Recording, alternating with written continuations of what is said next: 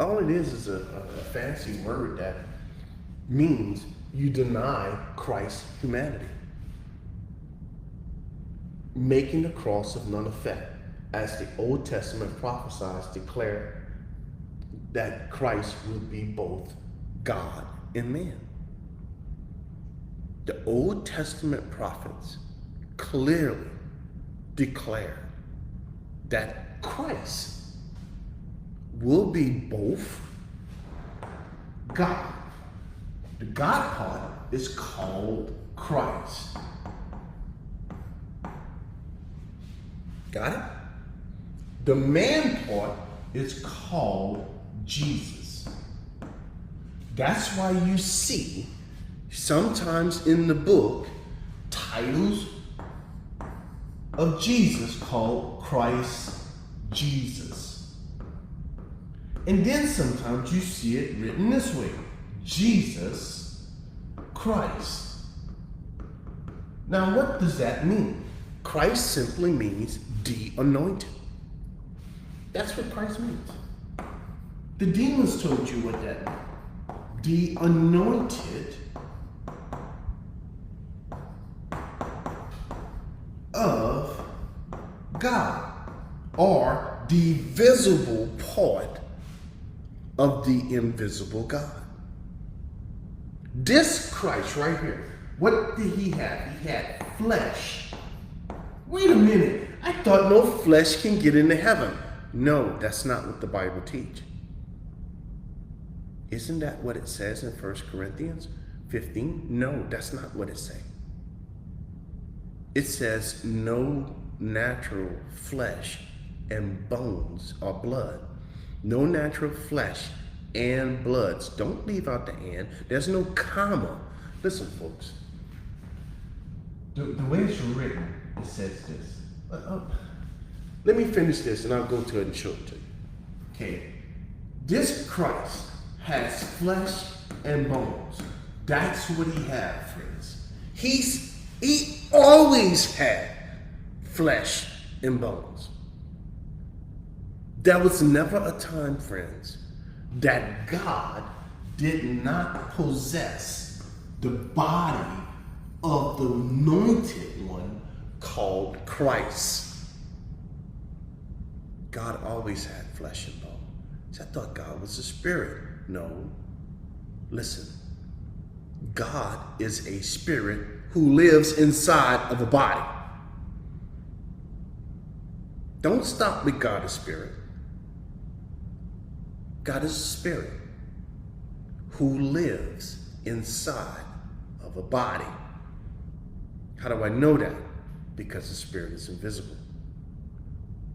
How can the angels see him if in fact he's invisible? They can't. What did they see? They seen him. The visible part of God. The problem with Christ is that he doesn't have blood. Christ by himself cannot redeem you. Why not? Because he's holy. He's holy. He cannot look upon sin. If he does, when he sees it, he will immediately annihilate it. Unless a payment is offered. What's the payment? Death. There's no substitute for it, friends. The payment has always been death. Somebody has to die. Now, God is willing to accept a blood payment for sinners. Why? Because life, according to the scriptures, is found where? In your body? No, man. There's no life in your body. There's never been any life in anyone's body. Life has always been for the flesh, for the body, in the blood. That's why God commands that you don't eat blood. Why? Because life is in the blood. So what did God require for a mortal man? A blood payment. Not a body sacrifice. That's why burning your body, offering your body on the cross won't do you any good.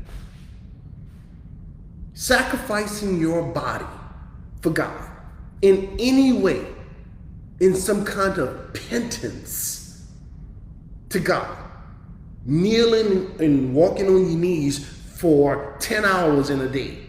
Friends, that's useless. Why? Because there's no life in your body. According to Deuteronomy, God commanded them, hey, don't eat or drink blood. Why? Because life of the human is in it. Life of the animal is in it. Life of any type is in the blood. All right. Now, Jesus Christ had flesh. Christ had flesh and Christ had bones. But the problem was Christ had no blood. All right? So God had to do something. If he himself was going to execute his plan, reconciliation I'm talking about, God had to do something with Christ. What? He had to humble himself. What does that mean? That simply means God became mortal. So he added something to this flesh and bones. So now with Christ as mortal, he had flesh, he had bones,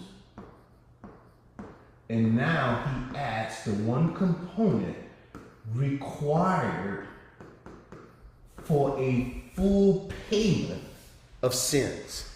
Can't pay God with your flesh. You can't pay God with your bones. God requires that life be spilled. Life blood.